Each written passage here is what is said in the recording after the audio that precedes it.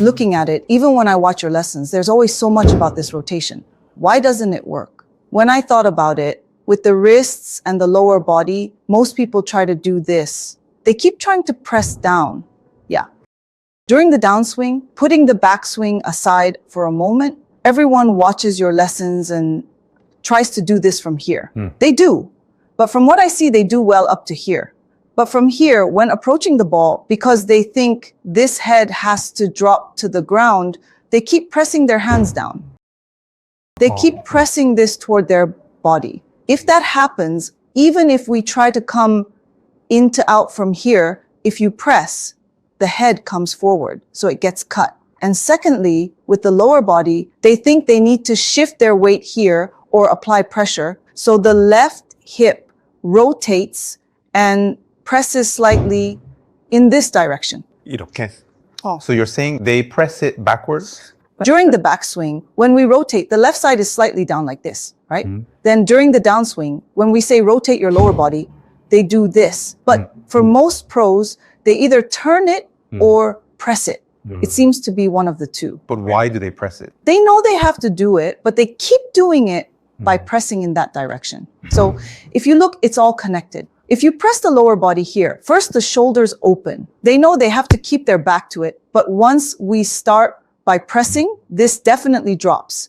But if this happens, the hands get pressed too. It seems like all of that is connected. So the most common concerns here are casting, then weight transfer, then this hand forward, out to in. That's pretty much most of it. Right. So they emphasize this wrist a lot like you do, but the opposite of pressing is going up. That's most. So when I told them to try turning their wrist to stand it up a bit here, it got a bit better. Like if the thumb is like this, if you press, this gets pressed down and this goes up anyway. If you go with the feeling of raising it like this, the shaft also goes up like this. So it drops back and comes slightly inside. And then we can definitely throw it in the 1 o'clock direction. It's the same with the driver. With the driver, the ball is on the left, right? It's far. Because it's far, everyone comes and presses. And since it's a club that needs to send it far, they apply force, so they press even more as they go out. But if that happens with the driver, the head is behind because it's long. So as they press, it keeps coming backward, cutting it and causing a slice. So even if they want to throw it to 1 o'clock, they can't. Actually, that's the reason why they don't teach weight transfer to amateurs or beginners. When trying to transfer weight, most people want to hit the ball hard, so their shoulders always rush in. When people who rush start to shift, it feels like they're completely pressing down. But in reality, when you shift, your left hip is supposed to go up and your left knee moves like this, shifting the weight. But we also learned this when we were young, right? They used to tell us to imagine a big nail under our left heel and shift our weight by pressing down on it. Because of that, the shoulders keep popping out. And for people who can't separate their upper and lower body, focusing only on shifting makes them feel like they're pressing down. Right, exactly right. There's also that. And another thing that was really popular a while ago was ground force, pressing to jump. People are very curious about that too. So a lot of this came from that. I think of weight transfer itself like this. It's not moving right and left, but due to the body structure, if you stay still and turn in place, the hip goes back and the weight shifts. It's not like I pressed my weight like this during the backswing. Oh, right. Same for the downswing. If you went, you have to return to the original position on the left. But it's not me going, it's this. Going back toward the target to return to the original position. So the weight shifted and the rest turns to go 100% to the left. But most people understand weight transfer as me sending something. But what you just said seems correct for the backswing. Oh. But during the downswing, because it comes back to the original position, the weight shifted. Everyone thinks it came back to the original position. That doesn't work. They still keep pulling back. What should those people do? Those who have the concept of rotation, turning. From what I see, people whose bodies go forward by pressing like this perceive it as I need to shift my weight. And those who pull back think they need to turn. They need to rotate. So when they do the backswing, if they're told to turn the lower body, they turn like this. But feeling-wise, if I look at the ball and turn my body like this, it feels like I turned. They turn, but It feels like they turned, but look, they turned. But where is the weight? It's on the right. This isn't turning, it's pulling back. So they pulled back and spun out. But if this happens, you actually can't hold the finish.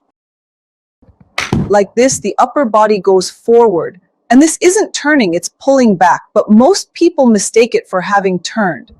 So we used to do this a lot in the past, putting up a wall, hitting the wall, and then turning. Because we also used to pull back a lot. First, you need to know if you were trying to rotate or shift. oh, For those who wanted to rotate, it'd be good to check the direction of your lower body rotation by placing the club like this when you backswing and downswing to this point. If you came right to the middle here and placed it, but your hip direction is like this, for those people, go and slightly lift the left side, giving it a feeling of lifting it up a bit. then the right side won't come out either. If you rotate, the knee will definitely pop out. This one. So if this comes out, or for those whose shaft direction is like this, you need to try to go in this direction towards the It's inside. not a pressing down feeling at this It's not pressing down. It's more of a lifting feeling. Then you might think, oh, I don't think my weight shifted. But it did. But feeling of lifting it slightly like the this. lifting feeling. There's about this much weight right now. But I have more on the inside here than over there. Then isn't the weight on this side? So how is there is, well, remember when I did the spin earlier? In that case, the knee pops out like this and this part gets pressed. First, during the backswing, the weight shifted slightly to the right, right? And when you lift it like this, there is some weight on the inside, but it feels a bit more like this. But in terms of ratio, which side has more now? In terms of ratio, the left side has more, of It course. does. Oh, About 6? about 6. Up to here is 6. Oh. Then where's the hand position at that time? Hands are here. Around here, about 6? Yeah, about here. Then when approaching impact, from here now, 7. 7. 7, then 8, 9, 10, like this.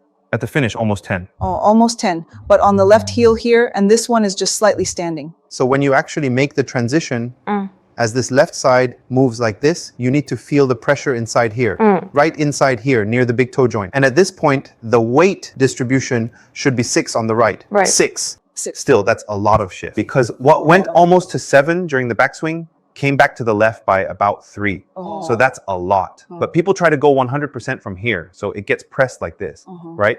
Coming slowly like this, the hand position at this time is about the chest level. And from here now, what was on this right big toe bone uses the ground force to go to about 7, comes, and then after impact, 8, 9, 10. Right. About 7. Yeah, like this. That's how you get proper hip rotation. I said it goes 7, 8, 9, 10 like this, right? But as you said earlier, most people shift about 9, 10 here. And then once the ball is hit, it's over. But the way I see it, Right. try to get a 9 from your left side here on the backswing. Get a 9 in terms of power, weight. Yeah, so to get a 9 over here, you have to use this side to make it happen. Try getting a 9 while holding this tight. You can't. If you hold it tight, you can only shift a little. So since you shift a lot, you should shift about a 3. Normally it would be about 50-50. You won't be able to shift that much. From there, this much is the correct weight transfer, but most people try to use this to shift a 10. Right. You can't. Right. Exactly. Then you've shifted a 10, but you can't hit the ball at 10. So from here, you end up flipping back and doing the opposite, like this. There's that one, and 10 has come here, right? If you go further, you can't keep your balance. Instinctively, to keep balance, they pull it back. So that gets even worse when they go to the course because they have to hit it hard and far. And their arms and this can get far apart. So everyone pulls it close to their body, resulting in a pulling motion. So that pressing motion, whether with the hands or the lower body, so they keep trying to keep their back to it and do things, but it feels like it's still not working. So if someone pushes down on the left like this, their hands will naturally come forward too, right? If they just get their body in the right position, will their arms follow the correct path? What do you think? What's your take on this? Right. I think so. Because for people who push down, their sequence instinctively starts like this. But if you tell someone like that to grab this, you know what they do? They go like this. Yeah. They throw their upper body like this. Then in the end, people who do this either hit behind the ball or they're just scared. They can't make contact. That's why they keep saying, I know what to do, but I can't do it. So for those people, if you tell them to move their hips slightly in this direction after the backswing, they go, oh, there's so much space here. I feel like I can bring my arms down. They start to think like that. Then if you tell them to trust it and take a swing, they hit it. Then they're like, oh, it works. So that's how I approach it first, telling them to move their lower body. And then during the downswing, if someone can't keep their shoulders back and they open up, meaning their shoulders and arms aren't separating, so they rotate together, then I teach them this arm movement, the sequence. Yeah. For people whose hands move forward like this, their shoulders move like this, right? Yeah. But to keep the shoulders from moving, I tell them to bring their arms down like this. If you bring them down like this and there's a downward force in this direction, the shoulders can't lunge forward.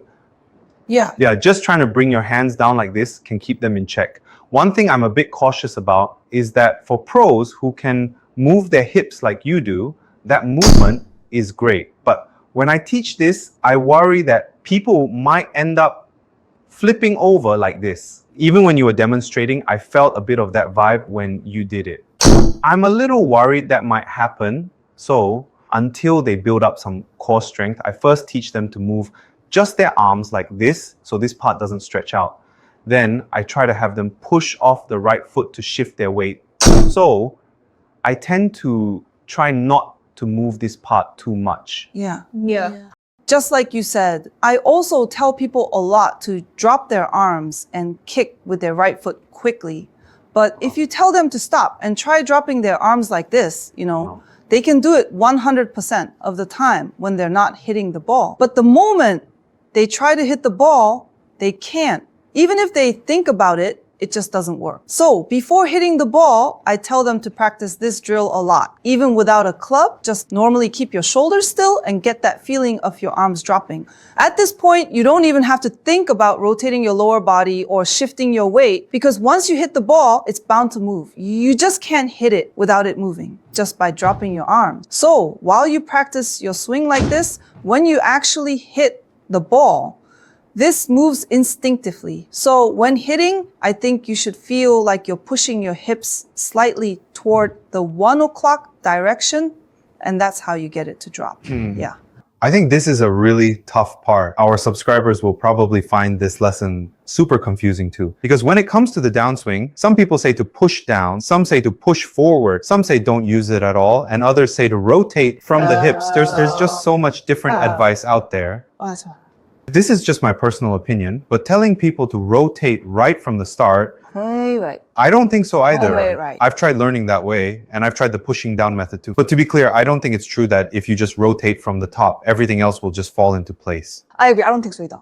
And about pushing down, pros can hold their position and push down using ground reaction force to hit, but trying to force that when it's already a difficult move usually just makes the upper body lunge forward. So instead of trying to feel that downward push, I think it's much faster to focus on learning how to move correctly. I think it's better to get used to that feeling first and then gradually shift more weight. Trying to do too much right from the start just makes golf unnecessarily difficult. One absolute rule is to keep your shoulders exactly as they were you during the backswing. Because when I'm giving lessons and tell people to push their hips toward 1 o'clock, they all do it, but they end up pushing their upper body along with it. So keeping that stable is a must. And like you said, rotating right away is definitely a no-go. So today, Pro Heo and I talked about how to correct this common issue, how to move the body, and the mistakes that many people make. I really related to a lot of this. And while I'm always thinking about how to explain this more easily to everyone, what she shared today was incredibly helpful. I highly recommend you all give it a try. Well, that's it for today's video. If you like, subscribe, and leave lots of comments, we'll bring Pro Heo back for more videos. Have a great day, and we'll see you in the next commute lesson. Thank you. Thank you.